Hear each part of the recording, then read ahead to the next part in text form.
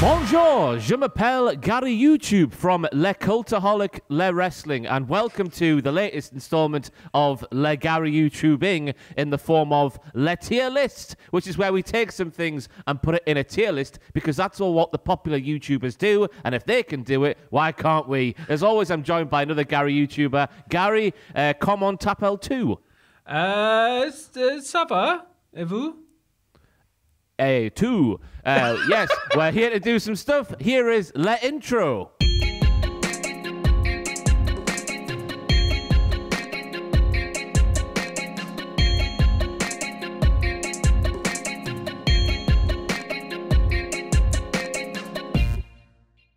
So just in case you haven't been here before, we have several tiers to put these things in, which, by the way, are masks. I should say that. We're ranking some professional wrestling masks, some good, some bad, some indifferent, but all monumental, all the same. We have the best, lovely, lovely, lovely, just about bearable. No, that's not all right, is it?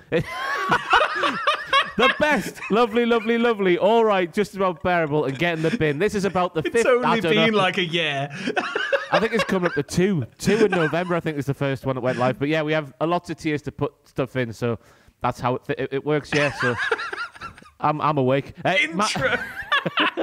Sam, first of all, we have Mankind, which to me is impractical. Have you tried that one on downstairs? Yes. Yeah, the whole thing with these masks, we'll talk about it a little bit more when we get to Kane, because I've done a little bit of a deep dive on some stuff, and I've got like a little bit of info regarding, you know, designs and stuff. But Mankind, it was originally supposed to be more metallic. He was going to be called Mason the Mutilator. There's images of it on WWE's website, but it's the hardened leather. The hardened leather is really tough, but it's similar to Kane's, I imagine. It must have been really uncomfortable for like getting a new pair of Doc Martens. You know, when it just obliterates your heels. Just that, but all over your face. Could you imagine? I've never owned a pair of Doc Martens, but I got my girlfriend some for Christmas, and they are. If you kicked a brick wall in them, you would leave a hole. Yeah, they're ridiculous. They're utterly ridiculous. A little thing I remember here, and I can't remember it might have been Brucey P, so it could be a massive lie, because that's what Brucey P does sometimes. Take what he says with a little pinch of salt, everybody. He is the Salt Bay of wrestling. An entire pack. I think he said that Mankind's mask was actually an original idea for Undertaker when he broke his orbital bone. Yes, I heard this. I didn't. Yes. Yeah, I think it must have been on a Pritchard, because I know me and you are we were the resident Pritchard listeners. Gone off at me. For quite some time. But yeah, the one thing I do like about it, though, is the more organic sort of leather look to it. It has that kind of One Flew Over the Cuckoo's Nest, you know, horrible mechanical, well, not even mechanical, just kind of, you know, like medical. It just looks medical, like just something horrible that would be put on him to restrain him. And I think it just works really well with it.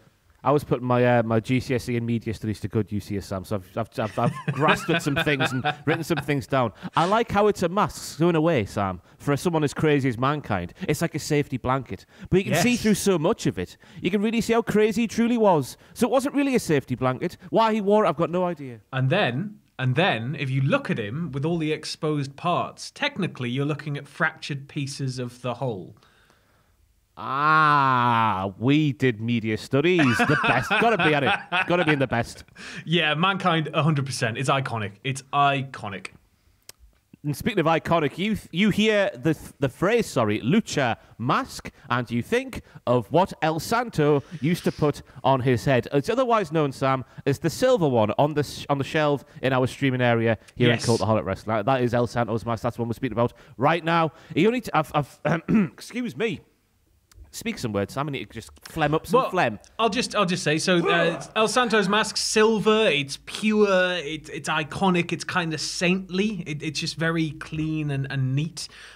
He became a folk hero to the common man. He was kind of like an everyman's wrestler, and everybody wanted to get behind him. He was the ultimate babyface, and he even became a film star, and he went up against vampires, zombies, Martians, Frankenstein, witches, wolves, kidnappers, Nazis, black magicians, grave robbers, and killers from other worlds, and evil scientists in the Bermuda Triangle. That's your everyman hero. Just fighting off black magic and Nazis, and, you know... Yeah, it sort of made him a proper superhero because I was in my research. I saw you had comic books as well, just all kinds of stuff that way back in the day you had done to you if you were some kind of superhero ting, like El Santo clearly was. What I didn't realize is that he didn't take his mask off for just about his entire career, but a few days before he died, he appeared on TV, sort of went, popped it up. Yep. Put it back down. We have a recent unmasking video on the channel. You can see his face there. Ah, is he beautiful? He is. He's very, very, very, very handsome. But he would he'd also keep the mask on around the boys.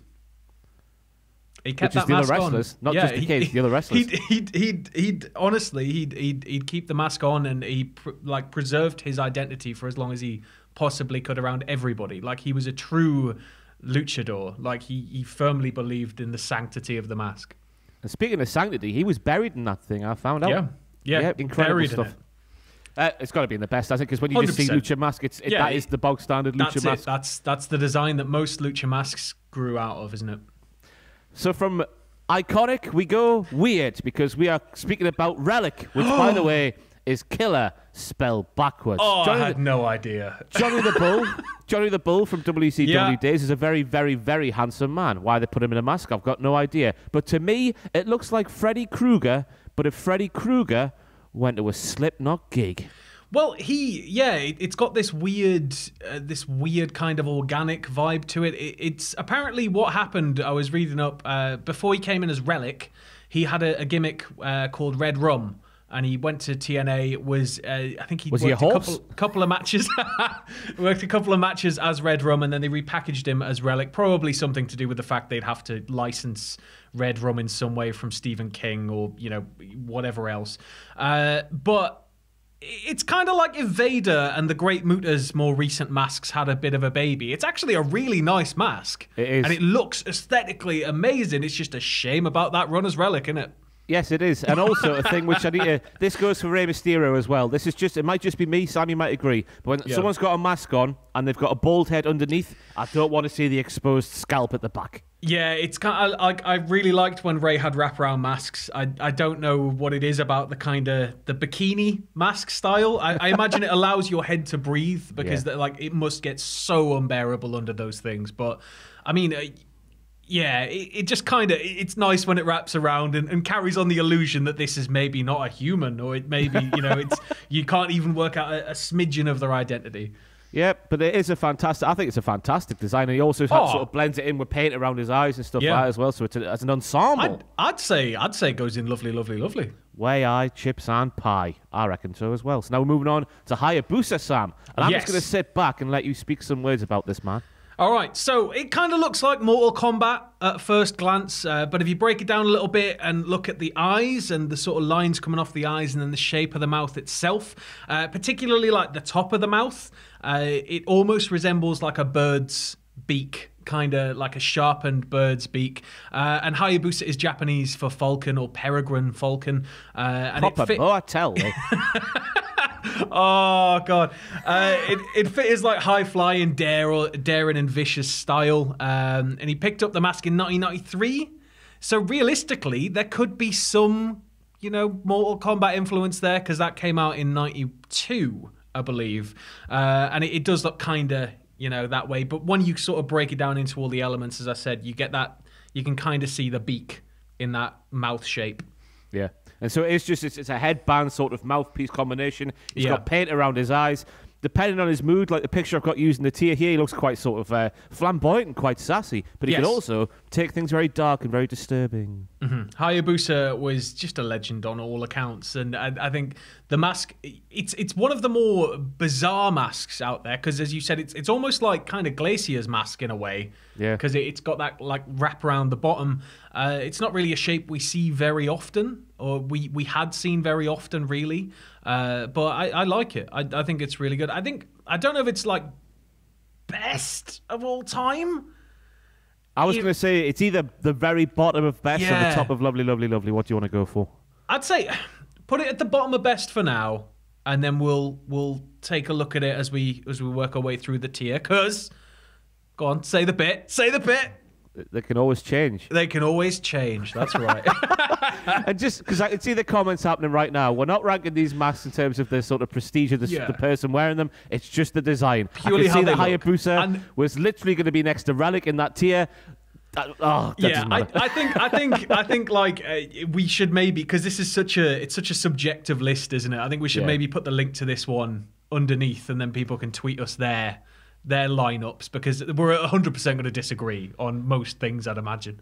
Yep, absolutely. Yeah, I didn't realize that was the thing, because when you create them, it actually saves them. And I had a quick look. You were telling me about this. Yeah, I didn't. They're all there. You can see the ones that've got Cultaholic's Twitter sort of linked to them. So if you want to have a go, any tier we've done in the past, they're on the Tier Maker website, tiermaker.com. So this one will be there as well. Next up, Shockmaster. I don't even know how they managed to do this without, like, they can't have cleared the rights to it. Like, they took a Stormtrooper helmet, they sprayed it purple, they banged a load of silver glitter on it, and then he put it on, obviously inhibited his vision, came through apparently with a double axe handle, carried too much of the momentum, only broke through the top, and then went bang.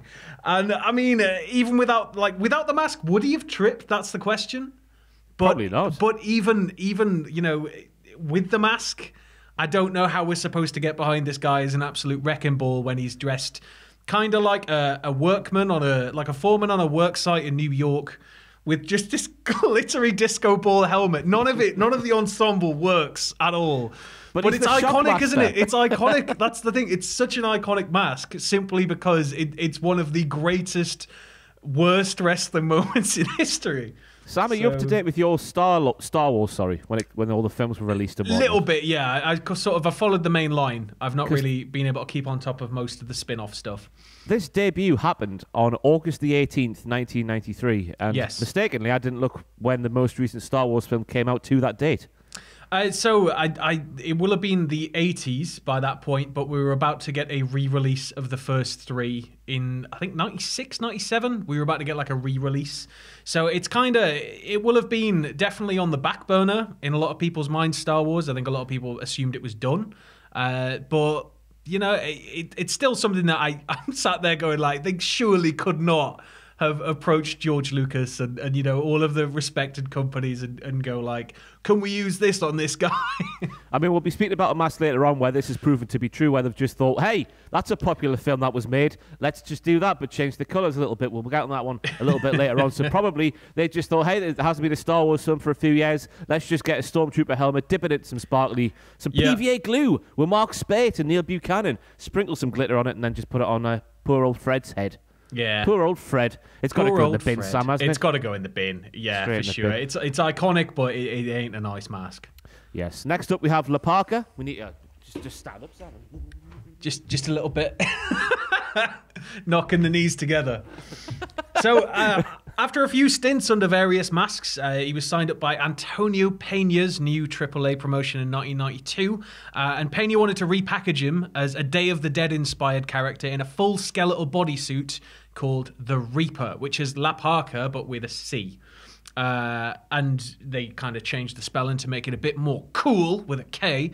And that kind of explains the bones, the hood, the playful, evil charisma that he's got, the skeletal aspect, of the face and all of that.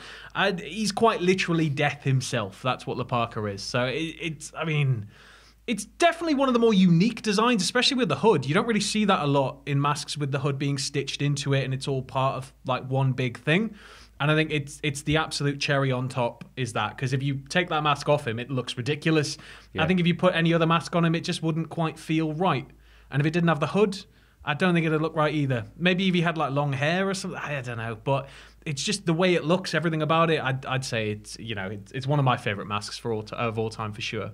Likewise, I think this is one that's going to split opinion because from certain angles, it just looks like the sort of hooded thing you pick up for a $5 from Asda when Halloween comes around. Yeah, it's like a Poundland mask with the little like black material on the back. But if you look closely, it sort of inspired Channel 5's Masked Magician. I reckon it was that influential in the entire sort of television industry. But I reckon it's a fantastic, because I love the hood and the way the sort of it came down the shoulders and that, and of course the bodysuit continued from there on out. I reckon it's got to go the same tier as Relic, which is Killer spelled backwards. I'd say for sure. We'll have a look at it later. We'll see how the tiers develop, but definitely it's got to be top of lovely, lovely, lovely. But if you're sat there right now just throwing your crisps on the floor going, what the hell are they talking about? I can see where you're coming from. Because looking for a few pictures, I did see sort of, when you look at it from behind maybe, it does look like a £5 sort of, it's Halloween, let's go to Asda and get some sweets and a costume and haha. Yeah. Rey Mysterio is up next, which of course is a hard one to sort of pick a picture for, because of course he's had over 500 different designs. That is verified by the man himself. But the sort of template for the design is crucifix on the forehead, sort of like, is it a Falcon design or Phoenix sort of design? Like wings, coming down the side. It's a legacy mask though, so that's the important thing to note here. Is that he was trained as a teenager by his uncle Rey Mysterio, who's now Rey Mysterio Senior, obviously because Rey came along, and his cousin El Hijo del Rey Mysterio. They've both got masks, Rey and his cousin, that are based off the original design of Rey Mysterio Senior. Now he would have like a crown and a question mark, because obviously Rey Mysterio means mysterious king or king mystery. And in WCW, Rey's masks initially featured a crown, and then they moved into sort of straight lines, and then by the time he arrived in WWE following the unmasking, he'd sort of put the crucifix into position in the forehead, and he started having like an Aztec seal on the back and different things like that. But I mean, it's just so easily customizable, as you said. I think that it's got so much like leg room in terms of what you can do with it. That it's fantastic, and it surprises me that a lot more luchadors don't really do that. Maybe it's just that Rey can get away with it. I don't know. Rey likes money. One thing I've learned. Who was that? I was listening to some sort of interview with Randy Orton, and he was speaking about toys and how people used to moan at him that he never got new toys very often. He went to the creators of the toys, whoever it was at the time, and they said, well, Randy, you never change your gear, so we can't make new toys. So surely that is going to be the reason for Rey Mysterio. I mean, the kids like bright colours. They like. I mean, the amount of times we've been to house shows and Jeff Hardy's been there, and there's a WWE face paint kit, and it's 20 quid for something you get from Poundland, but it's got a WWE backing card with like Jeff going like on it, like. People and kids in particular like bright colours and baby faces they can get behind, and Rey is, the ultimate underdog baby face of, I think our lifetime maybe in terms of our childhoods and stuff. So, yeah. Straight the best, though, isn't it? Absolutely. Your favourite one? I'm going for WrestleMania 25 when he had the sort of Joker. Which is, you can't confuse that with Survivor Series 2019, I think it was. When he had the dunk, like the red nose on the 25 sort of... I said Heath Slater there. Heath Ledger. Yeah. Imagine Heath Slater as the Joker. I'm a big fan. I'm a big fan of the purple ensemble from WCW, the full bodysuit, and maybe controversially, because it was so recent, I really liked the mask he wore at, was it Greatest Royal Rumble? It was like, I don't know, I think they kind of used a more thick material. It was like black leather, but like a patterned leather. And then he had these, like, instead of just the wings being a similar or a shiny material and kind of flat and flush with his face, because they kind of come in like sideburns, don't they? Yeah. They were, like, much more blocky, and they looked to be made of rubber. And for some reason, I don't know what it was, it just made it perfect for me. I was like, they should have done that a long time ago. Like, it looks hefty to the point where you could sell it for a good amount of money and people would buy hundreds of them. You got a mask, haven't you? Yeah, so I've got a tiger mask that I got from Japan, and it's like just huge. I was going to bring them in today, but I realized there's no way I could properly use headphones while wearing them. And I've got a Jushin Liger mask as well. I'm working on a third though. I want a mask from Titan from CMLL, and he's open to selling them. So I'm just sort of. Come on, Titan. Come through for me, buddy. How much? 20 quid? I don't even know. I just kind of went, hey, man, I'm a huge fan. Would you ever be interested in selling a mask? And he was like, yeah, man. And it's kind of just stalled there for a bit. So There's only one mask I've got my eyes on. That's the original Kane mask, the first ever one. I know Bruce Pritchard's got one, but I don't think it's the original one because they're doing that show, aren't they, at the moment where they're trying to find the old memorabilia. Well, he said that he has the original, and I've definitely seen a shot of him like at his desk, and there's like it's in the background, isn't it? Curled up, obviously like haggard and old leather mask, and it's there, but. It could be that is the original, and then they had another one made, or they might have had a couple made, and Kane carried on using a second or a third one. But yeah, that mask is. Well, we'll get onto it later, but that mask is just stunning. But as for now, you mentioned him just now, Tiger Mask, which to me, who is not up to speed with any sort of wrestling from the Far East at all. To me, when I see Tiger Mask, all I can think of is Uncle Albert from Only Fools, but as a tiger. just the big, hefty, fluffy white face. Yeah, just imagine Tiger Mask sat in a chair. Tiger Mask, it's one of those things where it kind of has to be big and a bit almost comical in a way, but then he backs it up with his in-ring style because Tiger Mask's probably the first ever wrestler based on a third-party product. I think possibly. I don't know that for sure, but it feels like that sounds about right. He's kind of like a direct live-action translation of the character Tiger Mask from Iku Kajiwara and Naoki Tsuji's famous manga Tiger Mask, and it follows a wrestler who wrestles under a tiger-themed mask, like as he does in real life. And in the story, he's like a feared heel in America, and he comes back to Japan, and the kid's like, "I want to grow up to be just like you." And he's like, "I can't have kids growing up to be like me. I'm horrible." So he changes his ways. And he resolves that he's going to be a better person.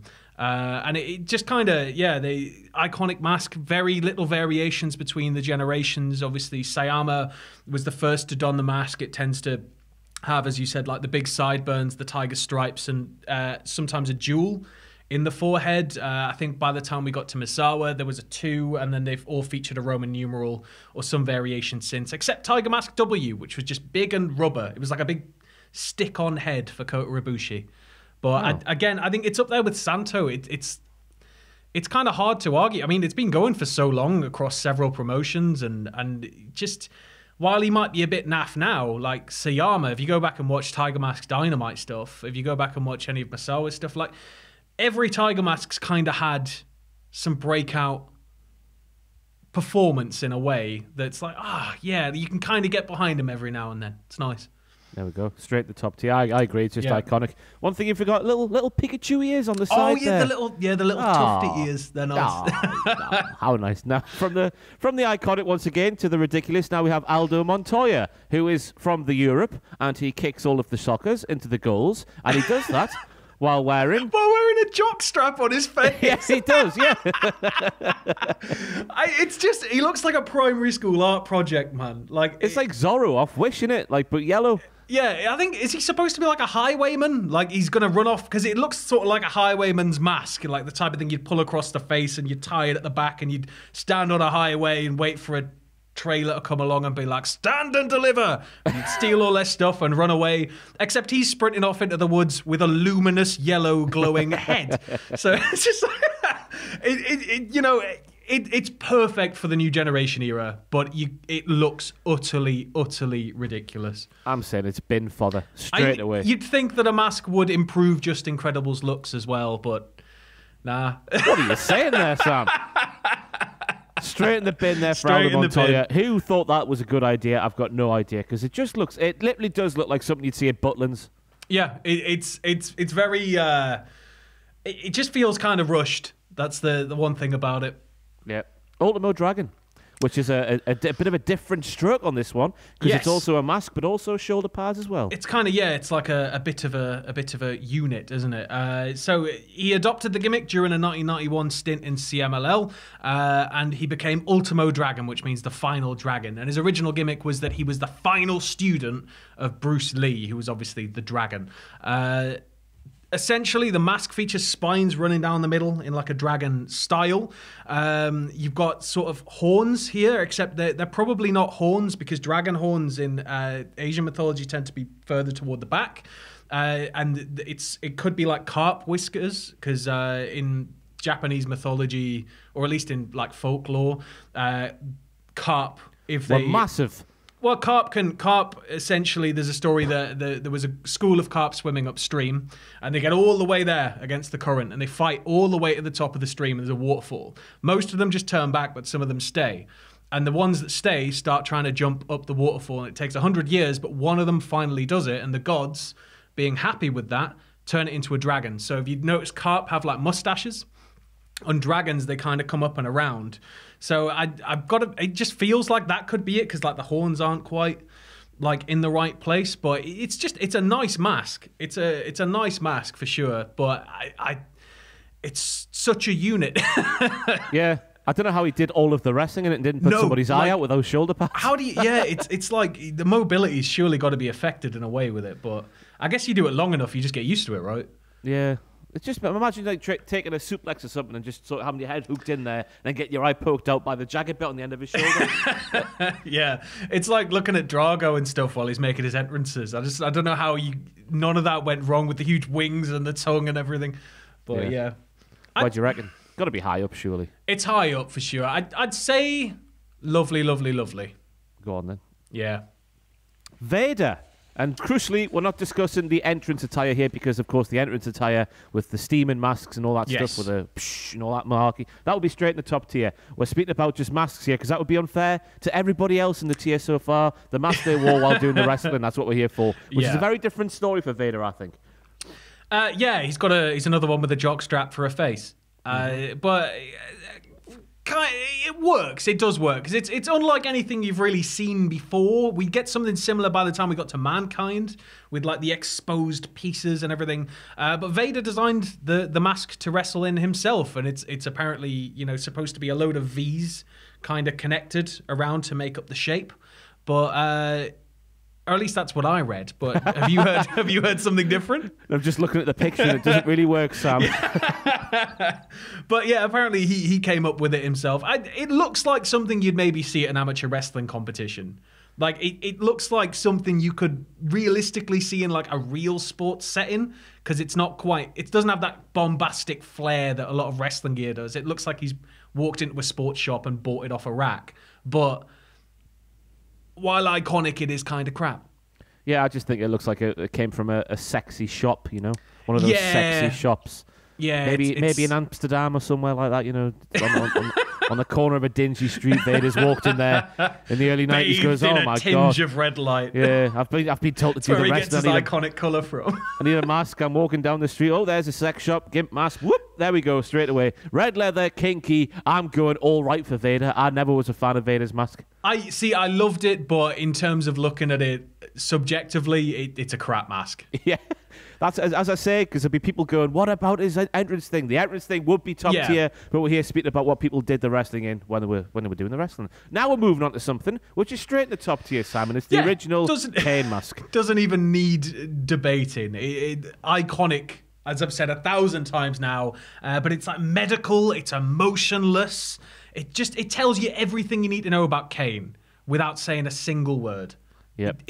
I don't think they should have ever changed that mask. I honestly don't think they should have ever changed it. Yeah, I think they should have kept up the law as well that he was actually in a fire and was actually burned and there weren't just psychological scars in the end. Because while, you do look at it and you do see the black around the eyes and you think, oh, that's probably paint that. When I was a kid, I thought that was burns. I thought that's what burns look like. That made me even more scared of Kane. That was it. It was sort of, you only ever got a glimpse and like maybe one arm was okay. And it was like, okay, yeah. And the voice box, everything, it just worked. It just worked so well. Apparently, though, as you said before, it was designed by an S&M company in New York. And it was made similar to Mankind's of molded leather. So when he first got it, I just saw an interview with him. When he first got it, it was like rock hard. So you could knock that against a wall and it would go tink, tink, tink, tink. And so it's got all these little metal studs in it. It's got sharp corners because of the leather being cut and pressed. And working in the mask around the time he debuted as Kane, he busted himself open by just wearing it. Like the corner just sliced him open as he was working. And apparently also helped the process of him losing his hair, because he was really proud of his long hair, apparently. But the buckles and brass studs and everything, as he worked, the hair would work its way in and around the studs and buckles. Yeah. He'd be in a shower trying to pull it up and he's just ripping his hair out. it does look like a really uncomfortable thing to wear, but that just added to the character. But that's it, yeah. Because Kane is, I mean, he's supposed to be horribly burned. He's surely going to be incredibly uncomfortable the entire time, and it should not be comfortable to see him here to exact revenge on his brother. Like, he should make you feel how he feels. That's what the gimmick's all about. The picture still gives me willies to this day. That one I've used in the tier there. Absolutely terrifying. But now we move on to sort of 2002 time, where Kane came back to attack the Un-Americans with his brand new look, and the mouthpiece had gone because we're humanizing Kane even more now. Looking at the picture here, I just think it looks rubbish. It's like it's better than what would eventually happen. Yeah, but it's a step in the wrong direction. Yeah. Where do you want to go? I'd say all right. I'll go all right as well. I think it's just looking at it. I don't know if it's just because obviously it's a close-up image and it's like proper detailed. And you can see all the sort of inflections of the mask and stuff. I just think it looks a bit goofy. I guess that's what we were going for by the time 2002 came around, because Kane was starting to get into things with a hurricane and chicks dig the mask and all that kind of stuff. Humanizing something that should never have been humanized, as far as I'm concerned. Just imagine, right? If we were living in a world today and Kane, it would have been impossible. But imagine if we never saw his face, like up until now. I know. Yeah. Could you imagine the mystique? The mystique. He'd be. He wouldn't be a governor, or he could be a governor, and nobody would know. Imagine, because remember back in the day when they used to film Kane arriving for shows, they would have him in his tracksuit. Sometimes he'd wear a balaclava, getting off the team coach and all that stuff. Imagine the selfies when Glenn Jacobs was down the gym. That could happen today. Just the sort of attires you could see Kane in if he were keeping up the kayfabe and keeping up the law that he was actually burned and had to wear a mask because he was. What was he was scared of people laughing and all of that stuff. Yeah. But hey, still got off him. Fair enough. 2012 we're going on to now for Kane. And you know when tomato sauce is left out in a bowl for a bit too long and it gets a skin on top? You leave it on the side overnight going, I'll sort that in the morning. You get up in the morning, you look at it and you're like, why didn't I at least rinse it? Yeah, wobbles. That's what happened to Kane in 2012. It was at the end of 2011, because this is what really sort of re-piqued my interest in wrestling, because I was a massive fan and also terrified of Kane back in my ute. At first year of uni, I don't know where I saw it, but I saw something that was like, Kane has come back with his mask. I was like, oof, I've got to check this out. Out he comes with a welding thing on, which I'm thinking, what the hell's going on here? Has he got a second job? Is something happening here? Has he had his head enlarged? Yeah, and then he takes it off, and then the mask there once again sort of still has the mouthless bit in the middle there.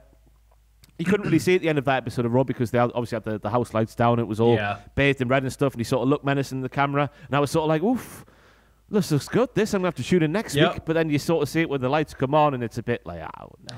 Look, I'm gonna get onto it with Bray Wyatt in a bit, with The Fiend in a bit, spoiler. But I just feel like, had we kept Kane in that mask, that original mask, even if you unmasked him and then remasked him, if you just had that mask and had it degrade and degrade and degrade and degrade till it was falling to bits and it would be fine. It'd be amazing, because what's Kane? Kane out mask shopping? Kane's not out mask shopping. Kane's this husk of a person that's been horribly tortured for years and he, mentally destroying himself over the fact that he was involved in this thing that he had no control over, and he just wants revenge back. Then he finds, happiness and at least some degree of comfortability with his brother. You could still turn him heel. You could still do all that again, but just that mask returning all just messed up. It would be just, it'd be great. I forget what show it was, but it was heartbreaking to hear that Kane wanted to do it. That was all. Yeah, Kane wanted to take the mask off. He wanted to just be a performer and use his face more and develop the character. Shades of Undertaker really in it, because you see Undertaker shaking things up to great success and thought, hey, why not? And to be honest with you, he had a great run. That initial run was class. When he had the shackles and stuff on and full psycho. Zapping Shane McMahon's testicles and stuff like that. Yeah, it was fantastic stuff. But this one from 2012, I would say, is a step down from 2002. Yeah, I mean, I could argue for the bin, but at the same time, at least it's Kane back in a mask. Yeah, I've stuck it in bearable. Yeah. Randy Orton we're moving on to now. I thought this was an interesting one to put in here, because at the time when Randy Orton got shot in the face by Alexa Bliss with some fire, and he came back the next week sort of with I was thinking, wow, he's a big fan of El Santo all of a sudden. But it turns out, no, I did a bit of deep diving on this. This is what actually sort of burn victims get. This sort of medical mask, and El Santo must have seen this somewhere maybe and thought, hey, I'll make a lucha mask out of this. I believe Nicky Lauda had something similar after his crash. But I loved this. Yeah, I really, really liked it. It was a bit hokey because they didn't keep it up. It was just kind of like a a little thing for a tiny couple of weeks stretch, but it looked sinister, it looked uncomfortable, and it looked limiting, and it sort of made you feel for Randy in that way, and Randy's not somebody I can easily sympathize with. So the fact that I'm looking at him and it's just so tight on his face and everything, and he just looks just broken a bit by it. I loved that. I really liked it. But Randy, if you are watching this video, body lad, I need to know what kind of after sun you use, because the fact those burns went from that mask that we're about to see in the tier right now to being completely gone 2 weeks later, that is incredible. Absolutely incredible. As a man who has ginger skin in the summer, I need that after sun in my life. So Randy, he's mega rich, though. He's probably just got a second swimming pool just full of aloe vera, and he just dives in every day. Yeah, but I thought it was an interesting one to throw in there, just because it's someone who isn't obviously traditionally known for wearing a mask and looking sinister while doing so. And and pulling off, the expression and everything while most of your face is completely hidden. Yeah, and as you say, it worked really well. It was a weird one because he was cutting the promo about how it was so debilitating and sort of like it was hampering his wrestling and all this malarkey and whatever else he said. Mere weeks or months after just murdering a man. Yeah. I mean, that's what I mean. Is it's hard to feel sympathy for Randy a lot of the time, but they pulled it off. So you got to commend them on it. We'd want to stick in the tier, but where do you want to go? I don't think we can really fairly put it super high on the list. I think we'll put it in top of all right, maybe. Bottom. I'll put it in bottom of all right because Kane and not Vader in there, and they're Next up, we're moving on to Pentagon, who, in my research, I couldn't quite see it myself, but apparently that is a legacy mask. Yes, so to understand Penta's mask, you've got to go back to 1989 CMLL, and Big Pena was on it again, and he wanted to come up with a good gimmick to play off Juan Escalara, the person who would go on to play Octagon. He wanted to play off the fact that he was a black belt martial artist. He was trained in a lot of different wrestling and martial arts techniques, but primarily he was a black belt karate dude. I didn't know what to say there. But Pena looked to this Chuck Norris film from 1980 called The Octagon, which gave him the idea of a Mexican ninja, and then Octagon was then born out of this idea, and it became a massive hit with kids. He became one of the biggest baby faces going. And then seeing this, he was like, right, okay, he wrestles a dynamic style, he's exciting, everybody loves him, what do we do? And he comes up with the idea of the evil twin. So it's like an inverted mirror image. If you think of Sub-Zero and Scorpion from Mortal Kombat, it's kind of like that. You've got that two different... The reference got over my head. You've got two people that look very similar, but slight different color switch, and they're mortal enemies kind of thing. But essentially, many people have played variations of Pentagon over the years. It's not really been a consistent thing. And because CMLL owns the gimmick, when somebody leaves, they need to change their name and they will just replace them with an all-new Pentagon. So, kind of... It takes the main body of the design, Pentagon Jr. or Penta El Zero Miedo, rather. It takes the idea of the design, but he implements face paint at the bottom, which I really liked. It plays off the evil a lot more. I mean, just everything going on with it. There's like a little hint of Sasuke in there. There's just all sorts, and I don't know what it is about it, but for me, the second I saw him, when we started watching Lucha Underground, when we had him over back at the other place, when we were doing the big old grap shows and stuff, I couldn't take my eyes off him. And the masks were just fascinating to me. It's just such an iconic design that, I think you've got to stick it up there. I think it's got to go near the top. I'll stick it right at the top, Sam. I think it's absolutely fantastic. I'd say arguably he's got the best sort of attire of any wrestler doing the wrestling today. Oh, Try to think of many more who look as good as that, and you're struggling, aren't you? But that's it, and he's got so long, he's got so many years ahead of him. So we could see different variations on the mask. We could see all sorts of stuff. But, he's not afraid either to have his mask torn out or exposed, and he's just great. I love Pentagon. Yeah, spooky ninja warrior, man. There we have him, straight in the top tier. Next up, though, we have another top tier candidate in Max Moon. Yes, we do. And for Max Moon, you can sum it up with... Basically, ma'am, can we have some Jushin Thunder Liger? No, we've got some Jushin Thunder Liger at home. Jushin Thunder Liger at home. That's Max Moon. So it's another new generation nightmare. And the idea itself, it plays off the whole thing similar to what we're talking about with Ray, similar to what we're talking about with Jeff.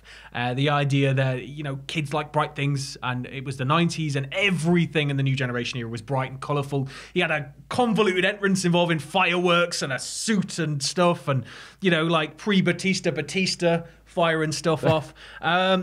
But there's a famous story that goes with it that Vince, because Conan apparently came up with the idea and like the background story of him being this like space fighter, and then Vince showed him the outline design of the character, and he looked at Vince and he was like, "That's just you kidding, right? That's just Jushin Liger's gimmick, but altered slightly." And he's like, "Who? I've got no idea who you're talking about, pal." And he was like, "I literally just saw you in a Japanese wrestling magazine with him." So like, there's just Vince like this pointing down the entrance ramp and Liger sprinting past him. Yeah. So this is like a bit of a hash job, a bit of a redo straight away. Bit of a rush job.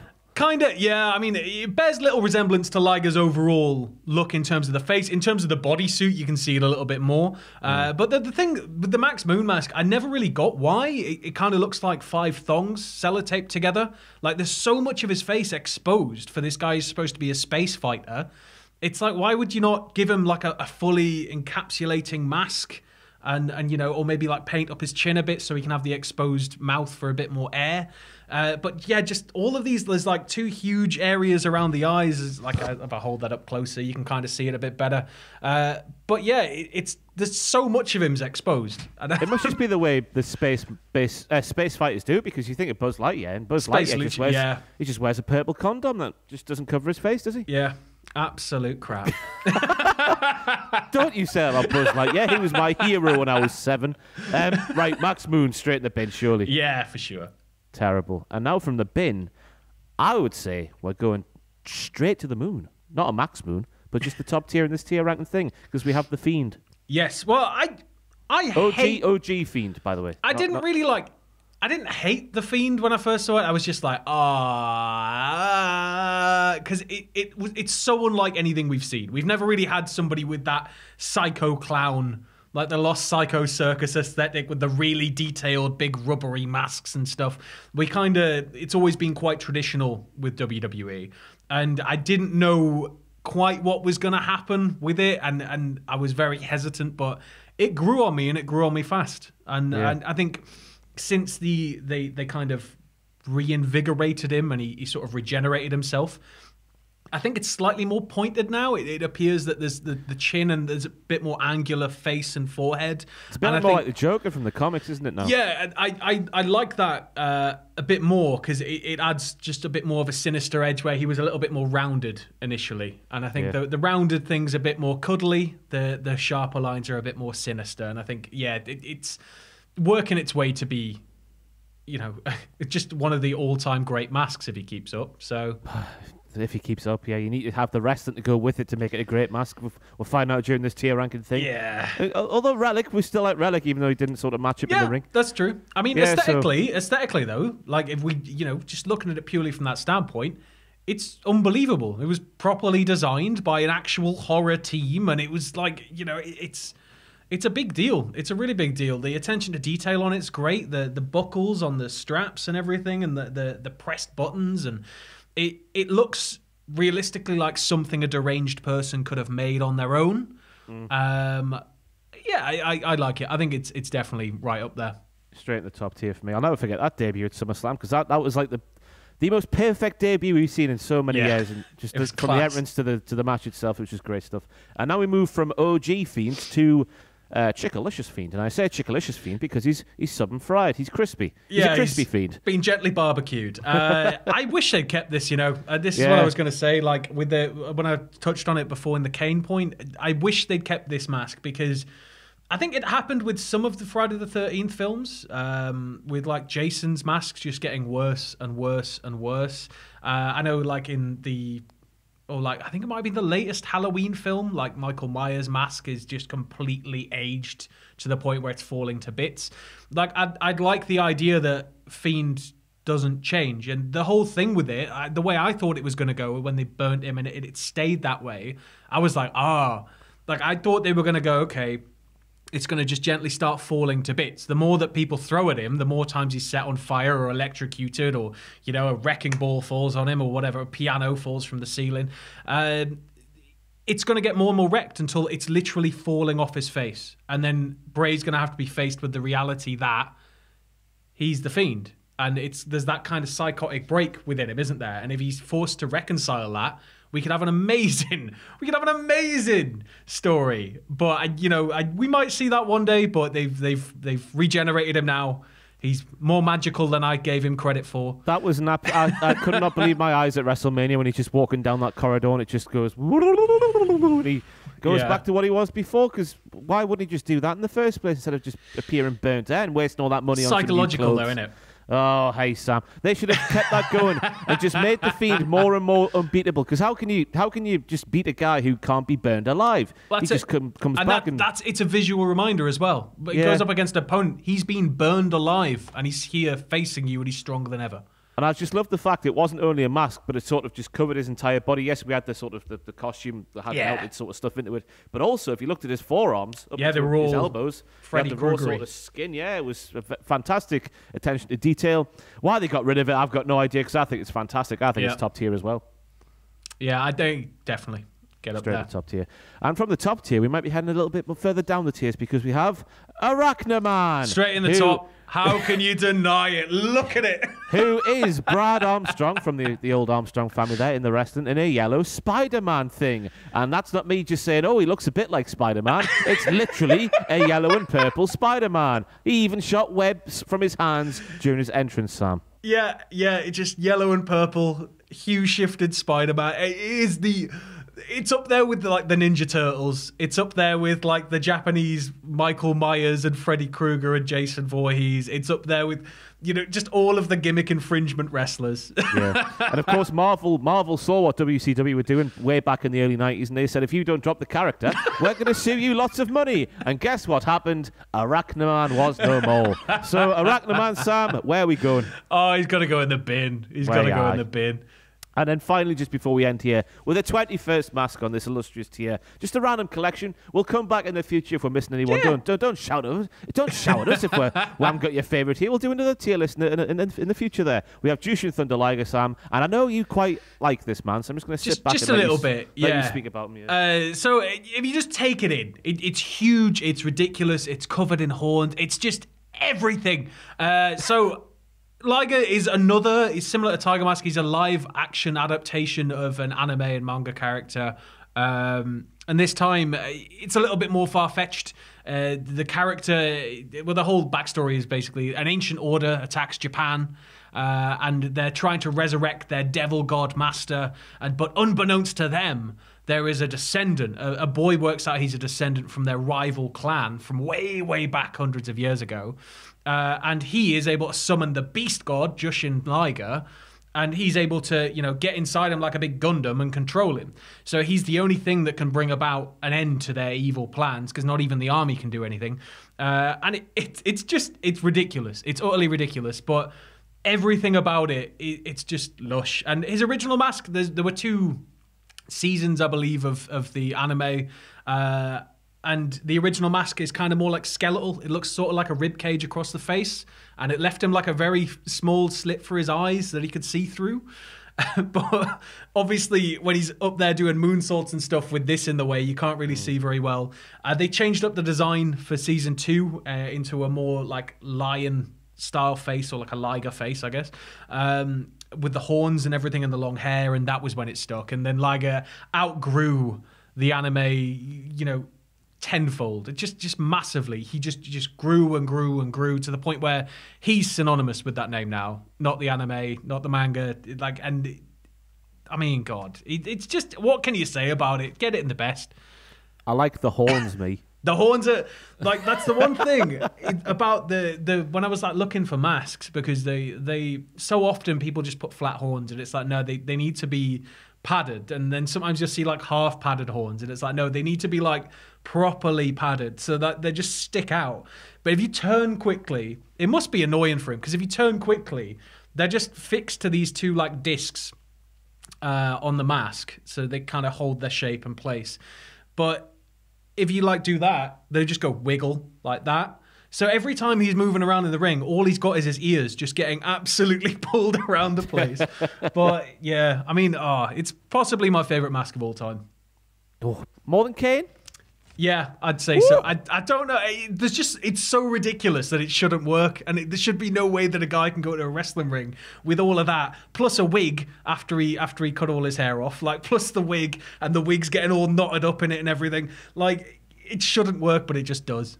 Yeah, straight to top tier for me as well. So there we have it. There is our tier rank and malarkey thingy for some famous professional wrestling masks from the illustrious history of the great sport of professional wrestling. But always on the tier ranking, we find out which is the best of the best. So Sam, quickfire, El Santo better than Mankind? It's my personal preference, right? Yeah. When we get up here. Sorry, Lucha fans, I'd say Mankind is more my style. Hayabusa or Mankind? Mankind. Ronald Mysterious or Mankind? Ray just behind. They're like almost level for me. Oh. Uncle Albert from Only Fools and Horses? No, I don't think it's more for me personally. I still prefer Mankind. I'm just going to do this one for myself here. OG Kane goes straight at the top. Yeah, straight at the top. Then we have, where we at? Pentagon. Pentagon, he's up there for sure, but I don't think he beats OG Kane. OG Fiend or OG Kane? OG Kane. Crispy Fiend or OG Kane? OG Kane. Big one. Jushin Liger or OG Kane?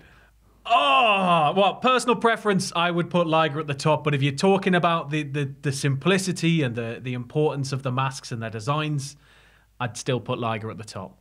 He's put Liger at the top. Unbelievable. What a sour note to end on this tier ranking thing. But there we have it. I'm sorry, Ross. I apologise to gimmick infringement Kane for me. He's going to get me. He's on his way over. He's got his little pen.